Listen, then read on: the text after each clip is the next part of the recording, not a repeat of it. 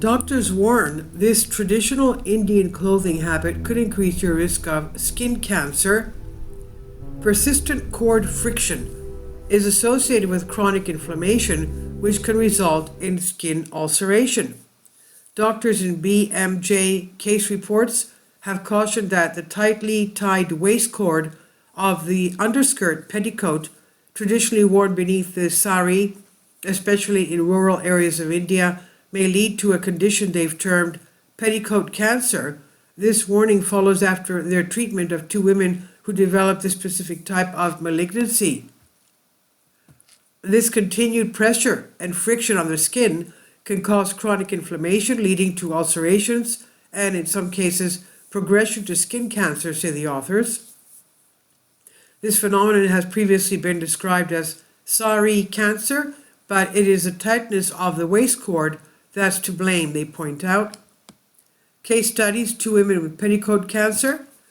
The first case concerned a 70-year-old woman who sought medical help because of a painful skin ulcer on her right flank when she had had it for 18 months and she could not heal. The skin in the surrounding area had lost its pigmentation. She wore her petticoat underneath her sari, which was tightly tied around the waist. A biopsy specimen revealed that she had a marginal ulcer, also known as squamous cell carcinoma, ulcerating skin cancer.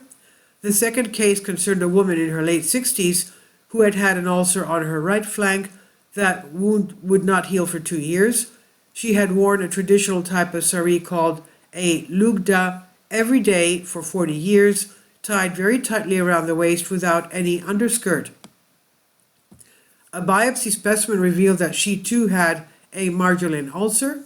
The cancer had already spread to one of the lymph nodes in her groin where she was diagnosed. A marginal ulcer is rare but aggressive. It develops in chronic burn wounds, non-healing wounds, burn wounds, non-healing wounds, leg ulcers, tuberculosis, skin nodules, added vaccination, and snake bite scars, explain the authors. The exact process by which chronic ulcers or wounds become malignant is unknown, although many theories have been proposed. They write, every cutaneous lesion that is continuously irritated and chronically inflamed has been shown to have a high risk of developing malignant transformation. Medical explanation and recommendations, they add, constant pressure at the waist often leads to cutaneous atrophy, which ultimately breaks down to form an erosion or an ulcer. The ulcer at the site does not heal entirely due to ongoing pressure from tight clothing. A chronic non-healing wound results, which may develop malignant change. They recommend wearing a loose petticoat beneath the sari to ease pressure on the skin, and to wear loose clothing if skin problems develop to allow the area to heal. Commenting on her diagnosis, the 70-year-old said, I have been wearing a Nuvari sari tightly wrapped around my waist for most of my adult life.